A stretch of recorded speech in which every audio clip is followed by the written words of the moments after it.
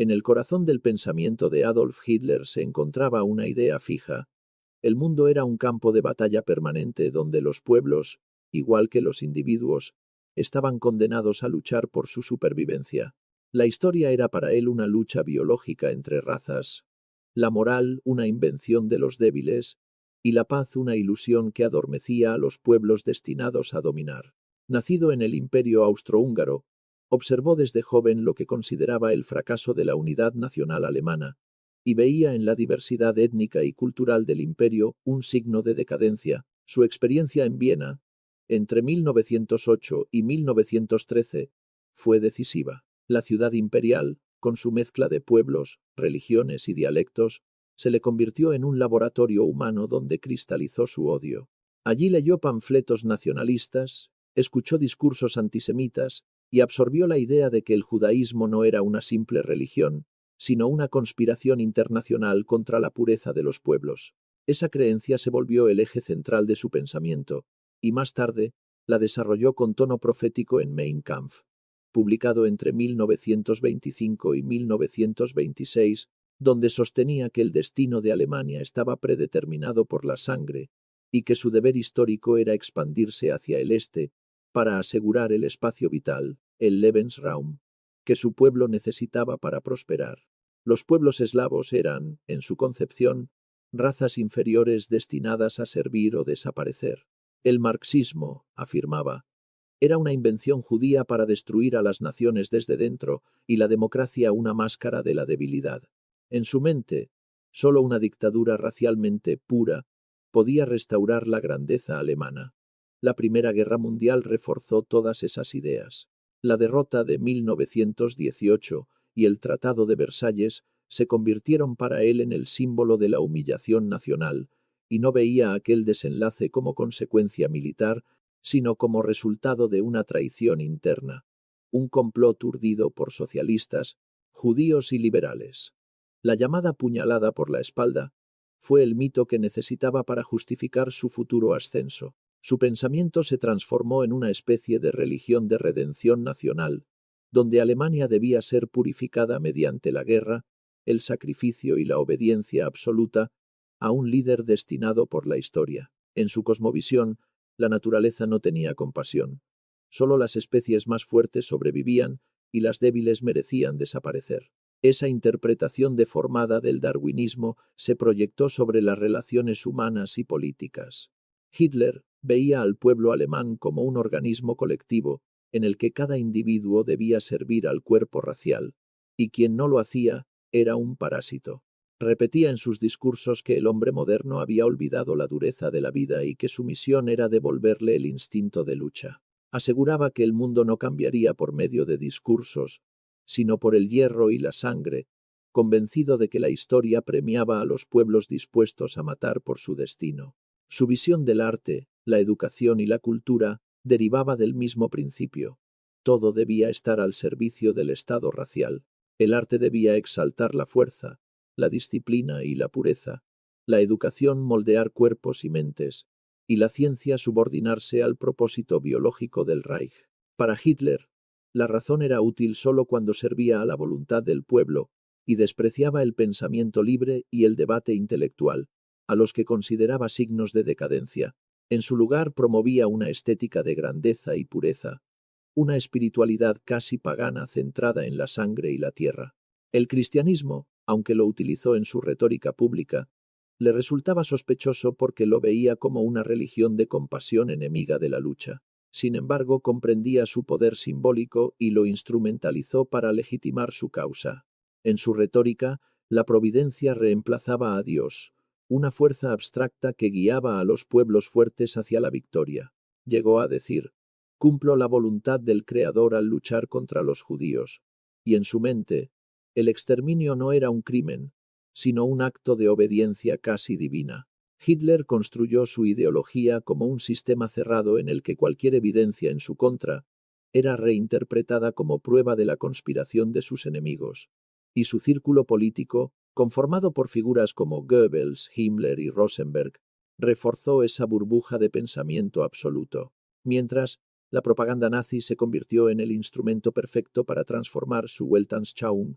en sentido común nacional, elevando la figura del Führer a la de un profeta infalible, de modo que millones de alemanes empezaron a ver el mundo con sus mismos ojos, como una lucha entre pureza y corrupción, destino y traición. Cuando asumió el poder en enero de 1933, el Tratado de Versalles seguía pesando sobre Alemania como una cadena que limitaba el ejército a 100.000 hombres, prohibía la aviación militar y restringía la construcción naval. Condiciones que él consideraba una humillación impuesta por potencias que temían el regreso del poder alemán, por lo que en sus primeros discursos, ante los jefes del Reichswehr, fue claro al afirmar que el tratado debía ser abolido,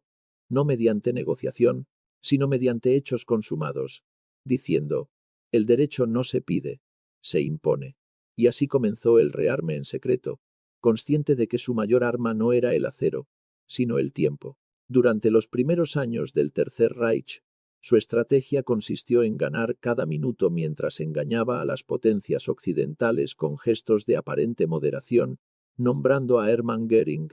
responsable del recién creado Ministerio del Aire, disfrazado como institución civil, mientras los laboratorios alemanes desarrollaban motores, aviones y bombas bajo el pretexto de investigación científica, y fábricas como Krupp, Daimler y Messerschmitt trabajaban a plena capacidad en contratos encubiertos con el Estado. En 1934, Hitler aseguró el control absoluto sobre las Fuerzas Armadas, y tras la purga de la Noche de los Cuchillos Largos, en la que eliminó a Ernst Röhm y a la cúpula de las SA, obtuvo el apoyo del ejército regular que lo veía como defensor del orden frente a la revolución. Con la muerte del presidente Hindenburg ese mismo año, se autoproclamó Führer und Reichskanzler, fusionando el liderazgo político y militar, y desde entonces todo juramento de fidelidad se hacía directamente a su persona. La propaganda presentó el rearme como un renacimiento espiritual, y en los desfiles de Nuremberg,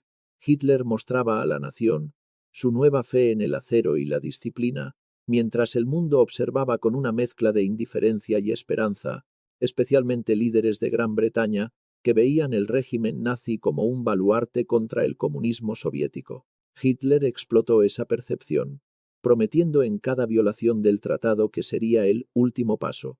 y que únicamente buscaba restaurar la dignidad alemana, hasta que en marzo de 1935 dio el golpe definitivo, anunciando el restablecimiento del servicio militar obligatorio y la creación pública de la Luftwaffe, que ya existía en secreto. Un desafío abierto al orden internacional, cuya respuesta fue débil, pues Francia protestó, Gran Bretaña expresó preocupación, y la Sociedad de Naciones no hizo nada, señal que Hitler interpretó como evidencia de que las democracias no estaban dispuestas a luchar por la paz que decían defender. Ese mismo año lanzó el Plan Cuatrienal bajo la dirección de Göring, con el objetivo de convertir a Alemania en una potencia autosuficiente, capaz de sostener una guerra larga, invirtiendo en siderurgia, combustibles sintéticos y armamento pesado, reorganizando industrias bajo la lógica de movilización permanente y subordinando economía,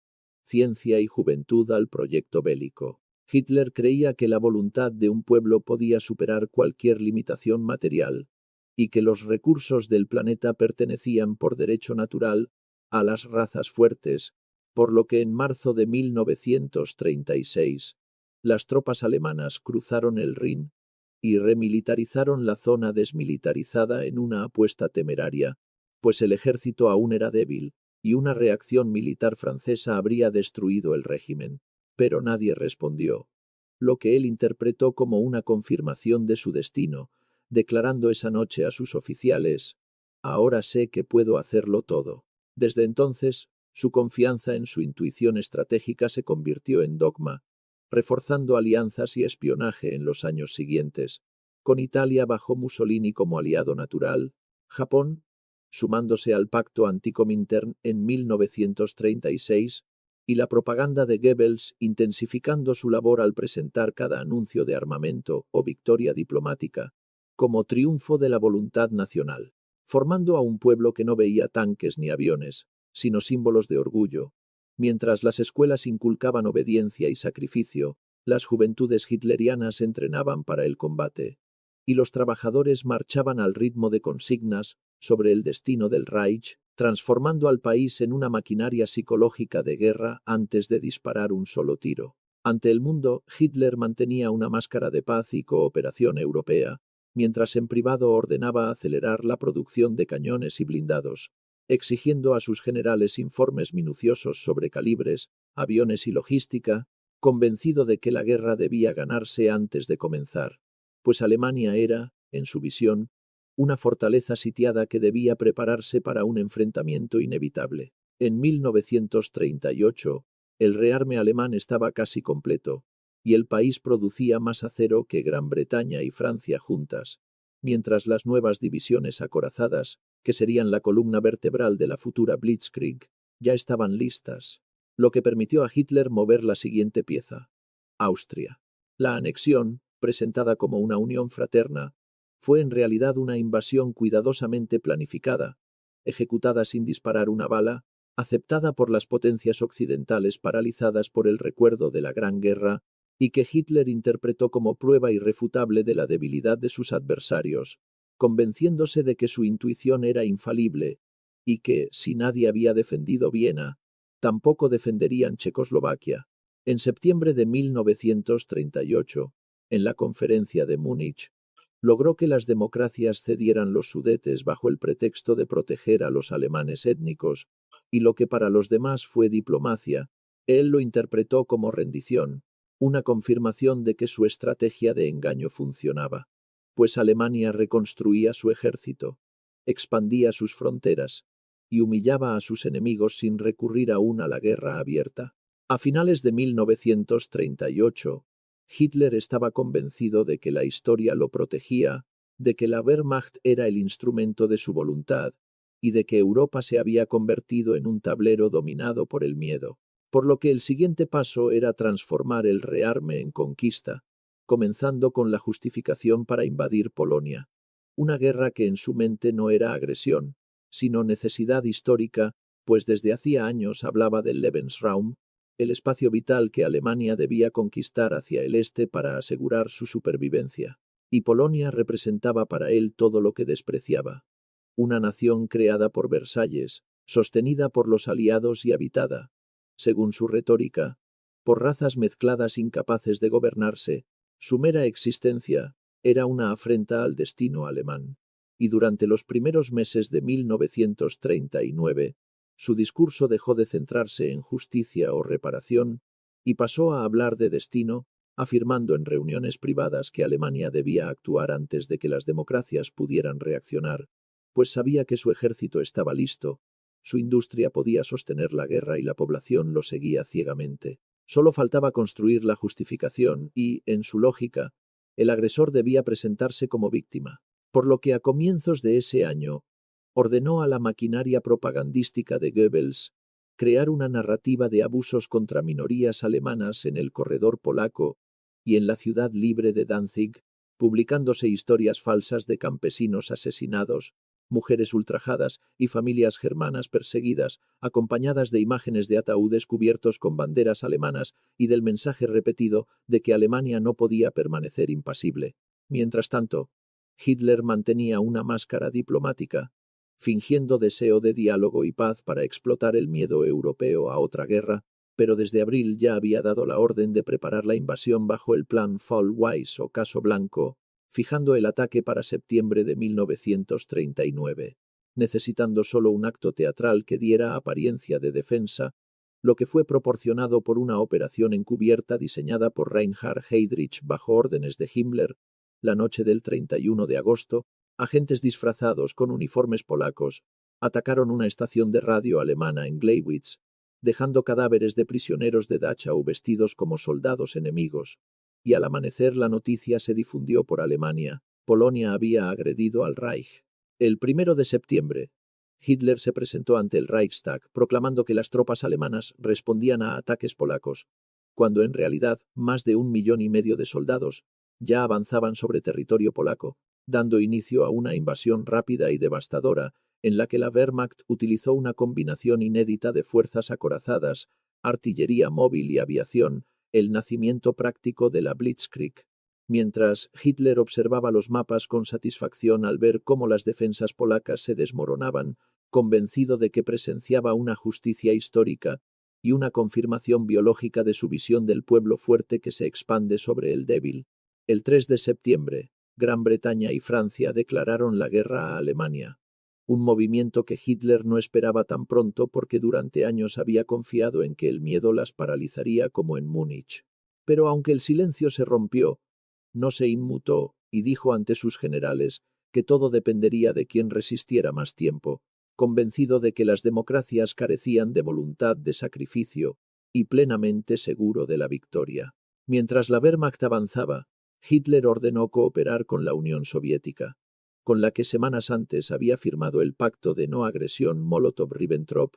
que, además del acuerdo oficial de neutralidad, contenía un protocolo secreto que dividía Europa del Este en zonas de influencia. De modo que el 17 de septiembre, el Ejército Rojo invadió Polonia desde el este, completando la partición del país, lo que Hitler consideró una jugada maestra porque neutralizaba a su enemigo más temido, la Unión Soviética, y evitaba una guerra en dos frentes. Las imágenes de Varsovia destruida fueron celebradas como un triunfo en Berlín, mientras Goebbels organizaba desfiles, noticieros y películas que mostraban a Hitler como restaurador del orden y presentaban la invasión como una operación de liberación que reforzaba su aura de infalibilidad, alimentando su convicción íntima de que el destino lo guiaba, llegando a decir a sus ministros que nada podría detenerlos y que el siguiente paso sería dictado por la providencia. En los territorios ocupados, la SS y la Gestapo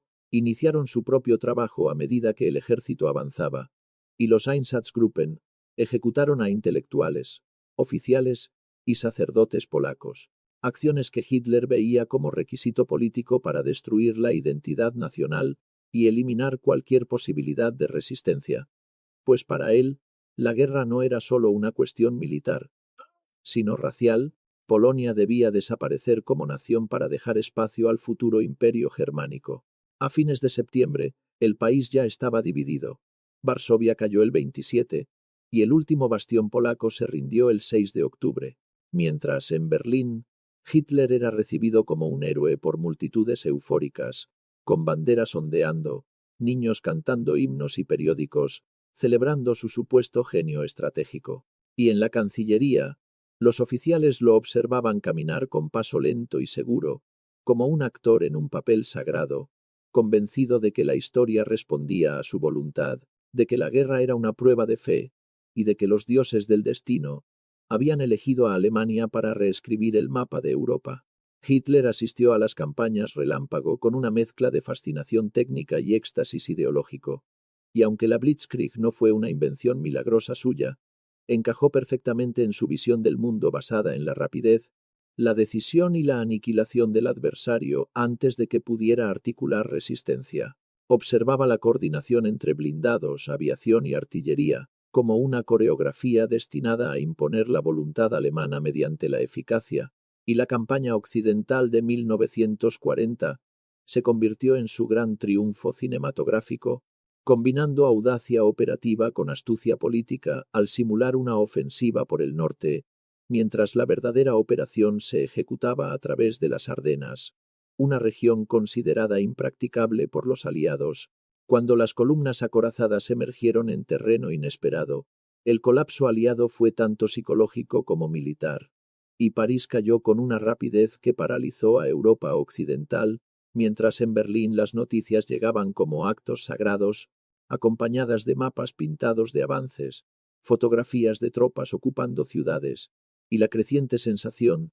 de que el Führer tocaba la historia con la punta de los dedos. Hitler utilizó esas victorias no solo como logros militares, sino como herramientas de legitimación personal que alimentaban la narrativa de infalibilidad promovida por la propaganda, reforzando la idea de que su supuesto genio militar no era producto de la suerte, sino de su visión, su capacidad para captar el pulso de la nación, decidir sin vacilar e imponer su voluntad sobre las instituciones. La velocidad de la Blitzkrieg consolidó en él la convicción de que la guerra podía reducirse a un acto de voluntad concentrada y organizada, mientras operaciones como la invasión de Noruega y Dinamarca en abril de 1940 demostraban la versatilidad de la maquinaria de guerra alemana mediante la combinación de desembarcos navales, paracaidistas y la rápida neutralización de capacidades enemigas para asegurar el acceso al Atlántico Norte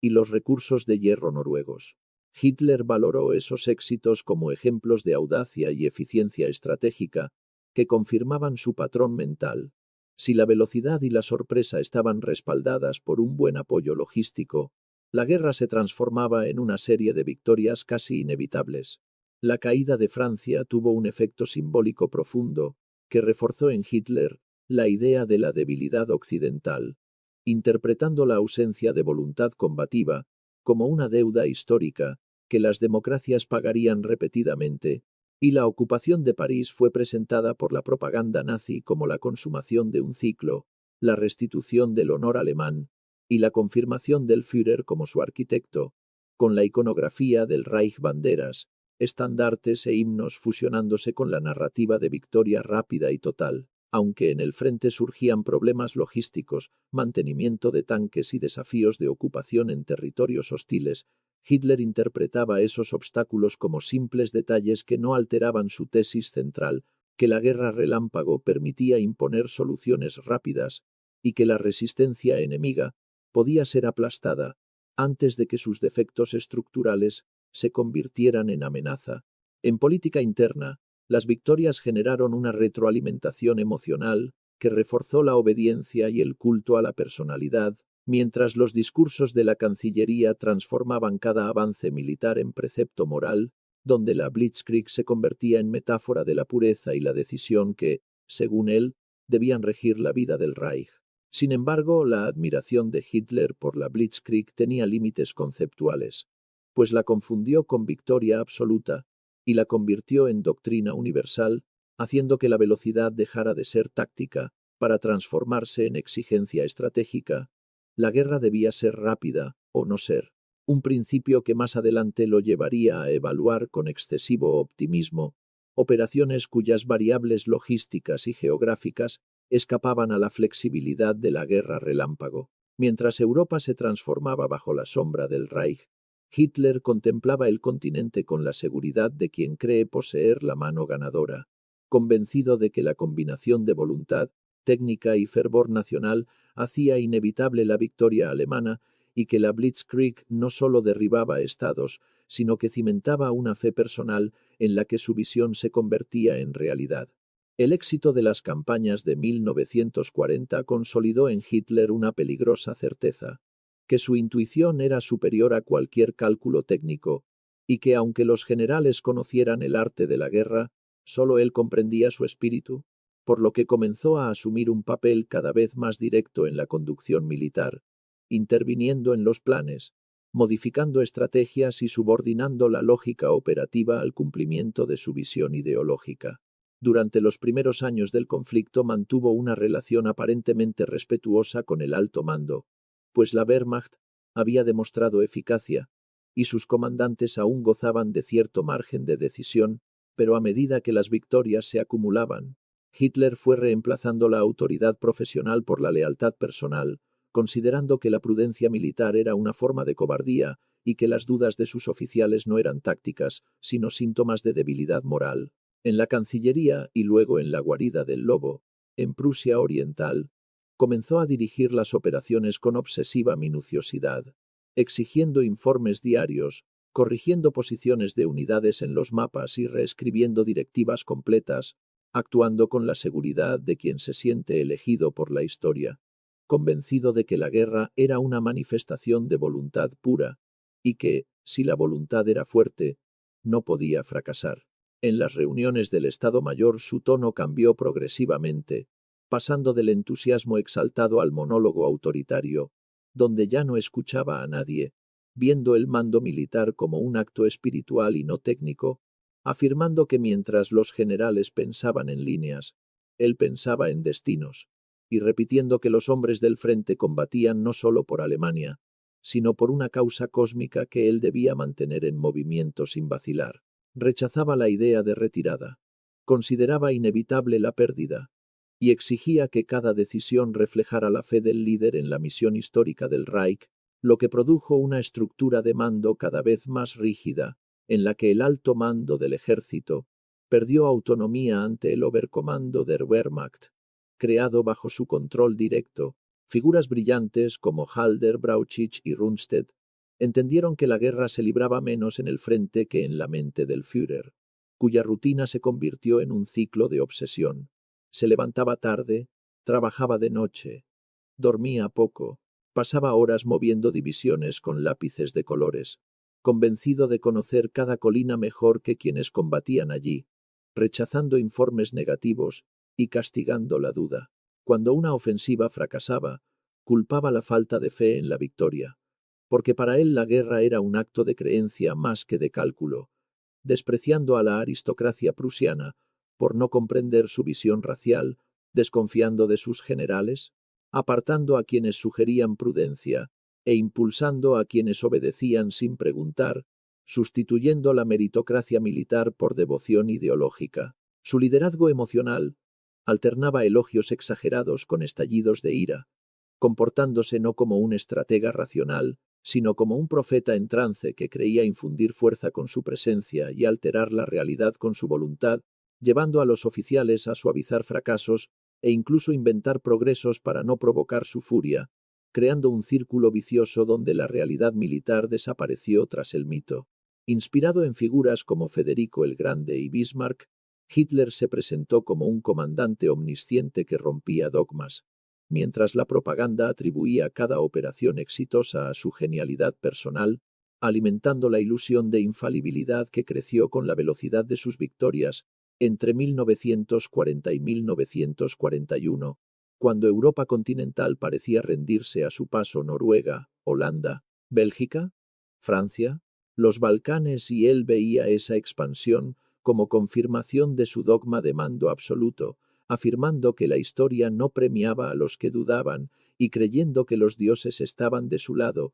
sin percibir que al sustituir el juicio técnico por fe personal, transformaba la estructura de mando en extensión de su mente y creaba una rigidez que más tarde costaría millones de vidas. Pues, convencido de su propia infalibilidad, emprendió en el verano de 1941 la campaña que consideraba clímax de su destino, la conquista del Este, una guerra que comenzó como expansión y se transformó en una guerra de aniquilación. Desde los primeros años del nacionalsocialismo, Hitler veía el comunismo como una amenaza existencial mucho más allá de lo político, pues en su visión era una creación judía destinada a destruir a las naciones desde dentro y a corromper la pureza racial, una ecuación judaísmo igual a bolchevismo que ya había formulado en Mein Kampf,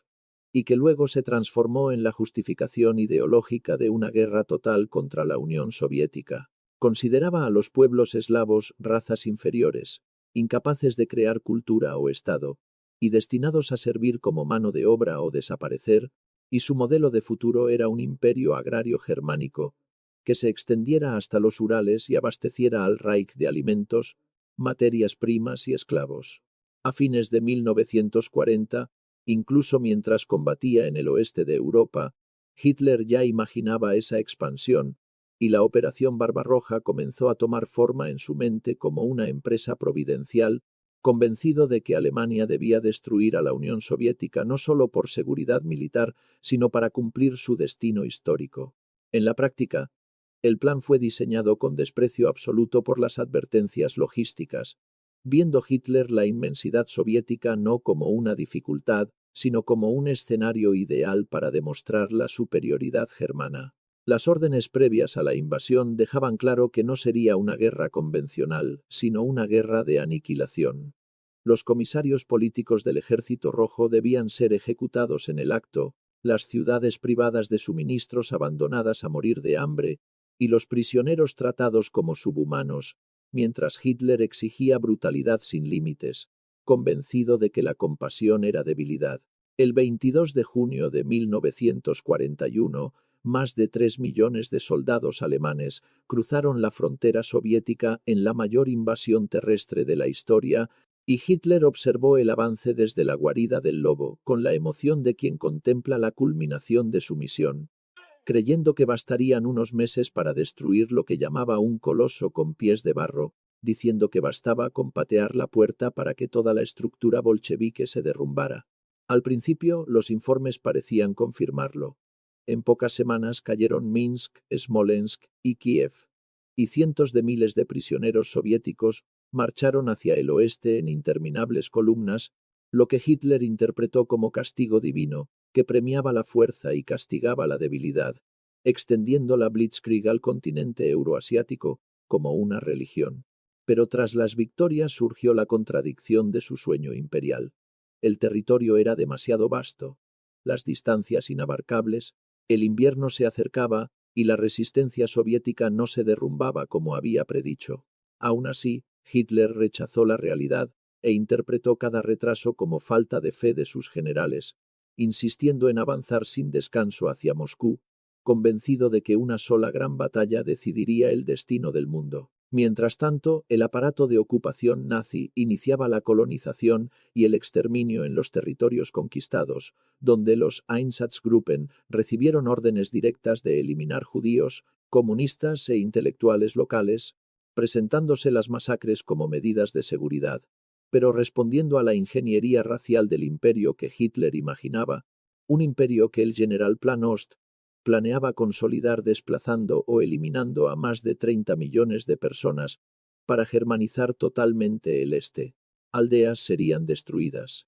niños seleccionados por rasgos raciales, cosechas confiscadas y el paisaje reorganizado para un futuro de granjas modelo y carreteras imperiales habitadas por germanos puros. En Berlín, la propaganda mantenía el relato del triunfo inevitable, mostrando a Hitler frente a mapas que anunciaban la caída inminente de Moscú, y en su discurso del 3 de octubre de 1941, afirmó que la Unión Soviética ya estaba quebrada y no volvería a levantarse. Pero cerca de la capital rusa el avance se detuvo. El invierno llegó antes de lo previsto con temperaturas de 40 grados bajo cero que congelaban tanques y fusiles, mientras divisiones enteras carecían de abrigo. Los generales pedían retroceder y reagruparse, pero Hitler lo prohibió porque no aceptaba que su visión del destino alemán pudiera ser contradicha por el clima, llegando a gritar que el soldado alemán debía aprender a soportar el sufrimiento, decisión que condenó a decenas de miles de soldados a morir congelados. Aún así, la derrota no alteró su convicción. La guerra en el este era sagrada y debía continuar hasta el exterminio del enemigo. Aunque el fracaso ante Moscú marcó el inicio del fin del mito de invencibilidad del Reich, mientras Hitler se aferraba a su fantasía imperial, creyendo que el este seguía siendo la clave del futuro alemán. Una tierra enorme purificada por la violencia donde su pueblo reinaría 1000 años, sin ver que la realidad ya comenzaba a quebrar su ilusión al no estar vencida la Unión Soviética, cuyas fábricas producían más armas y cuyos ejércitos se reorganizaban mientras el invierno demostraba que no hacía distinciones raciales. Para Hitler, la cuestión judía no era un problema social interno del Reich, sino una pieza estratégica central en su proyecto bélico, pues desde su primer vocabulario político, el antisemitismo ocupó un lugar fundamental y, con la guerra, esa hostilidad se transformó en una política de Estado destinada no solo a cumplir un fin ideológico, sino también a maximizar los recursos del conflicto mediante la explotación económica y la reordenación demográfica del continente. En su visión, la presencia judía estaba ligada a la decadencia occidental y a la amenaza bolchevique, por lo que exterminar a los judíos significaba purgar a la nación de un supuesto tumor y, a la vez, despojar a un enemigo interno de sus redes económicas y culturales, liberando bienes que podían ser expropiados para financiar la guerra y sostener el aparato estatal. La represión tenía así un cálculo utilitario para un liderazgo que veía la sociedad como un recurso manipulable, y la maquinaria que transformó el odio en acción fue un sistema complejo donde Hitler delegó funciones en Himmler y la SS, encargados de convertir la intención ideológica en procesos administrativos y operativos. Los Einsatzgruppen siguieron el avance de la Wehrmacht en 1941, ejecutando masacres masivas en Ucrania, Bielorrusia y las repúblicas bálticas, presentadas como medidas de seguridad destinadas a eliminar focos de resistencia y aniquilar a quienes eran considerados enemigos por etnia o ideología. La logística del crimen evolucionó de fusilamientos en fosas abiertas a un sistema racionalizado y tecnificado, compuesto por campos, guetos, deportaciones y centros industriales de exterminio, como Auschwitz-Birkenau, Treblinka, Sobibor y Belzec, cuya creación respondió a una planificación metódica, donde la burocracia se integraba con el impulso genocida. Documentos, órdenes, listas de transporte y registros contables muestran cómo la eficiencia administrativa se puso al servicio del asesinato sistemático, y para Hitler, esa capacidad de organizar la aniquilación demostraba el control total sobre la sociedad y sobre la guerra. La conferencia de Wannsee, en enero de 1942, simbolizó la conversión del antisemitismo en política de Estado a escala europea, al coordinar mecanismos de deportación y tratamiento de las poblaciones judías de los territorios ocupados. Desde la perspectiva del Führer, estas decisiones no eran errores morales, sino pasos lógicos para consolidar un imperio racial que requería eliminar lo considerado impuro, y la frialdad técnica con que se planificó la muerte la equiparó a la meticulosidad con la que se organizaban ofensivas militares. Hitler percibía además un valor instrumental en el uso de la mano de obra prisionera, pues los campos también funcionaban como fuentes de trabajo esclavo para la industria armamentística y la economía de ocupación, beneficiando a empresas alemanas y a las administraciones militares. Así, la explotación económica se integraba al esfuerzo bélico en condiciones de escasez. Bajo el pretexto de seguridad, el régimen suspendió convenios internacionales, anuló la protección de civiles y redefinió la ley como instrumento de excepción, que justificaba medidas extremas aplicadas sistemáticamente contra los judíos y otros grupos perseguidos. Incluso cuando sectores de la cúpula militar advertían que dedicar recursos a la represión masiva podía afectar la guerra, Hitler sostenía que destruir a los elementos indeseables era inseparable del éxito militar, pues permitir su existencia suponía un riesgo mayor que cualquier desgaste material. La política de terror interior también servía para aterrorizar a poblaciones ocupadas y reducir la resistencia, convirtiéndose la represión en instrumento de pacificación y control territorial. El costo humano fue inconmensurable, pero para la maquinaria nazi era una variable integrada en la planificación. Deportaciones en tren, selecciones sistemáticas al llegar y un flujo continuo de hombres, mujeres y niños que atravesaban un proceso industrial de aniquilación. Hitler no solo toleró esta maquinaria, sino que la legitimó en términos históricos y biológicos, presentando la eliminación como un acto necesario para la supervivencia alemana y comparable, según él, a las grandes empresas políticas que forjaban naciones. Así, incluso con la guerra extendiéndose y los frentes cambiando, la política genocida se mantuvo como prioridad, no como un accidente ni un elemento marginal, sino como pieza central del proyecto político y militar del régimen. La campaña contra la Unión Soviética estuvo marcada por un doble error de cálculo que Hitler se negaba a reconocer: subestimar la capacidad de resistencia del adversario y despreciar la fuerza de la naturaleza, dos elementos que cualquier jefe militar prudente habría considerado esenciales, pero que para él eran obstáculos prescindibles en el avance de un destino que creía inexorable. En el verano de 1941, la magnitud de la invasión sobrepasó cualquier precedente, con más de 3 millones de hombres, miles de carros y cientos de aviones avanzando con la lógica demoledora de la Blitzkrieg, cuyos primeros éxitos parecían confirmar su validez mediante rupturas profundas, envolvimientos y el desplome del aparato estatal soviético. Pero mientras las divisiones avanzaban, las líneas de suministro se alargaban en una geometría imposible para la logística alemana.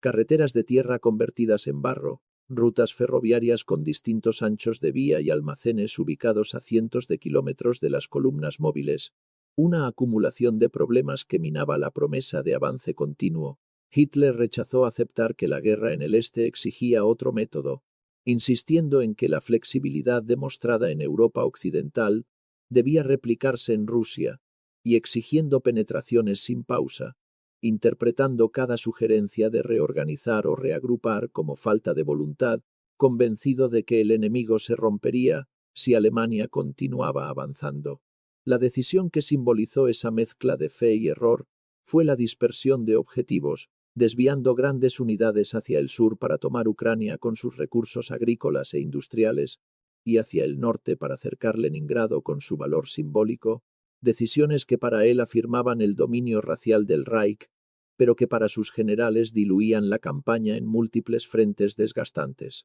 La inteligencia alimentó la ilusión con informes optimistas sobre la supuesta descomposición del Estado soviético y cálculos erróneos sobre su capacidad de movilización, reforzando la convicción de Hitler de una victoria rápida y la idea de que dudar era herejía táctica. Cuando llegó el invierno, la realidad desmintió esa seguridad. El frío ruso desarticuló logística y tropas, congelando carburadores, petrificando lubricantes, inmovilizando vehículos y dejando a los soldados sin abrigo ni raciones adecuadas, en medio de vías convertidas en trampas y camiones varados. La falta de ropa invernal, la insuficiencia de repuestos y la ruptura de cadenas de suministro revelaron que el avance inicial había sido producto de audacia momentánea más que de sostenibilidad. Frente a las evidencias, Hitler no admitió que la naturaleza había impuesto un límite y atribuyó el estancamiento a cobardía o traición, endureciendo sus órdenes y prohibiciones: no retroceder, mantener posiciones a cualquier costo y castigar cualquier iniciativa que contraviniera su mandamiento, convirtiendo la guerra en un acto dogmático donde la estrategia se volvió una liturgia. Esa rigidez dejó unidades inmovilizadas en posiciones insostenibles. Aceleró la pérdida de hombres por clima y combate, deterioró la moral y reveló cifras imposibles de ocultar sobre bajas y reemplazos insuficientes.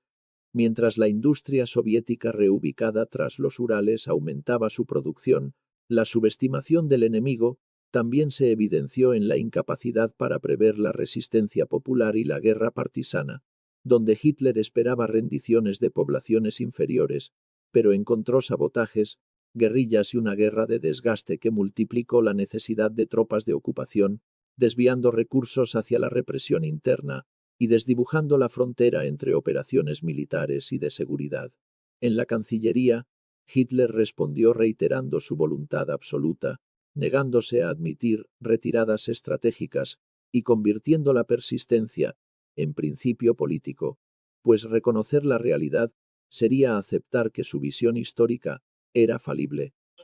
La combinación de distancias inabarcables, resistencia reorganizada, clima extremo y decisiones que negaban la lógica logística, creó una telaraña de problemas donde cada solución parcial generaba nuevas dificultades. Reorganizar retrasaba operaciones, reforzar un frente debilitaba otro, insistir en ofensivas prolongaba las pérdidas. Lo que al principio parecía una demostración de poder se transformó en una trampa de desgaste que marcó el inicio del declive irreversible del Reich. El 7 de diciembre de 1941, el ataque japonés a Pearl Harbor alteró el equilibrio mundial, y para Hitler la noticia llegó como un golpe inesperado, que interpretó no como advertencia, sino como confirmación de su visión ideológica, pues aunque sus servicios de inteligencia habían reportado tensiones entre Japón y Estados Unidos, ni los estrategas más optimistas creían que Tokio atacaría directamente a una potencia tan industrializada. Sin embargo, cuando la radio anunció el bombardeo,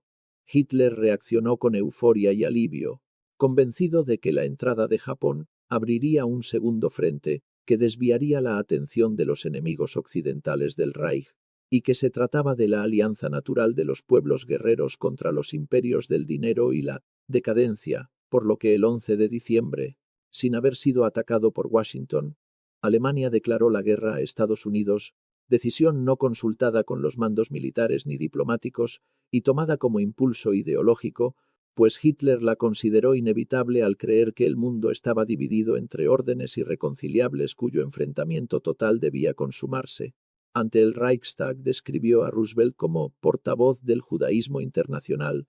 y presentó la guerra como cruzada contra capitalismo y comunismo ahora unidos. La entrada estadounidense transformó las proporciones del conflicto más allá de lo que Hitler podía medir, pues hasta entonces Alemania se había enfrentado a potencias europeas con recursos limitados, pero ahora debía luchar contra un continente industrial, capaz de producir más aviones, barcos y tanques que toda Europa combinada, algo que se hizo evidente en 1942, cuando las fábricas estadounidenses superaron a todas las demás. Pero Hitler, atrapado en su fe en la voluntad sobre la materia, desestimó las cifras y repetía en sus reuniones nocturnas que el enemigo real no estaba en los frentes, sino en las mentes corruptas que manejaban prensa y economía, interpretando la guerra como choque global de civilizaciones que impedía comprender la dimensión logística del conflicto que él mismo había provocado. Mientras Estados Unidos multiplicaba su producción,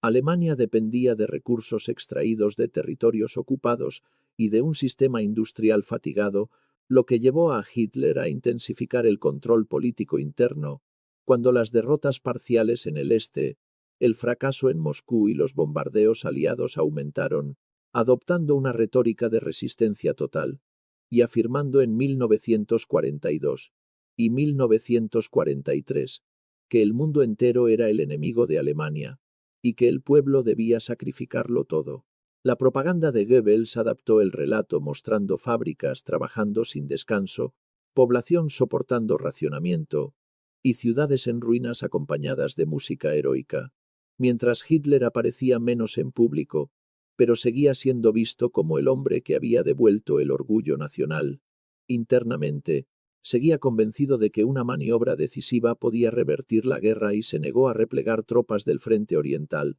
prefiriendo perder divisiones enteras antes que admitir que su sueño euroasiático había terminado, describiendo la entrada estadounidense como un accidente provocado por conspiración sionista, cuando en realidad lo había convertido en arquitecto de una guerra imposible de ganar. Los aliados formaron una coalición sin precedentes donde la cooperación entre Estados Unidos, Gran Bretaña y la Unión Soviética unificó recursos, inteligencia y estrategia, con rutas como el Ártico abasteciendo al Ejército Rojo, mientras la producción estadounidense crecía hasta convertirse en avalancha material. Hitler rechazaba comparaciones cuantitativas, insistiendo en que las máquinas no vencían a los hombres y que la voluntad alemana seguiría siendo decisiva, pero a partir de 1943 la diferencia entre fe e ilusión se volvió irreconciliable, con el frente oriental desmoronándose, el norte de África perdido e Italia debilitándose como aliado, aunque Hitler se negó a admitir que la guerra se había vuelto una lucha desesperada de resistencia, repitiendo que Alemania no podía perder, solo los alemanes podían fallar, frase que definió su nueva estrategia basada en disciplina interna y eliminación de dudas para prolongar la guerra más allá de cualquier razonamiento. El discurso de Goebbels sobre la guerra total en febrero de 1943 expresó ese pensamiento, reconociendo implícitamente el fracaso del sueño imperial y transformando el desastre en epopeya de sacrificio. La desconfianza impregnó el círculo de poder, y Hitler, aislado, desconfiaba incluso de colaboradores cercanos, mientras fomentaba competencia entre ministros para evitar que surgiera una alternativa que cuestionara su mando. Pero ese caos burocrático destruyó la coordinación militar, obstaculizó la economía de guerra y eliminó espacios de crítica que en otras circunstancias habrían permitido una adaptación práctica, provocando que la estructura estatal se hundiera bajo el peso de una autoridad cada vez más irracional. La guerra transformó a Hitler en un comandante incapaz de tolerar matices, pues su autoridad absoluta dentro del Reich lo había acostumbrado a interpretar cualquier discrepancia como traición, y en el frente militar esa psicología lo enfrentó con los mismos hombres que al inicio habían ejecutado con brillantez sus órdenes. Las tensiones con los generales se convirtieron en un teatro de sospechas, destituciones y humillaciones públicas, donde la guerra dejó de ser una empresa colectiva para convertirse en prolongación de su temperamento. Uno de los primeros afectados fue Gerd von Rundstedt, veterano prusiano respetado por su experiencia, quien durante 1941 y 1942 advirtió que la guerra total era insostenible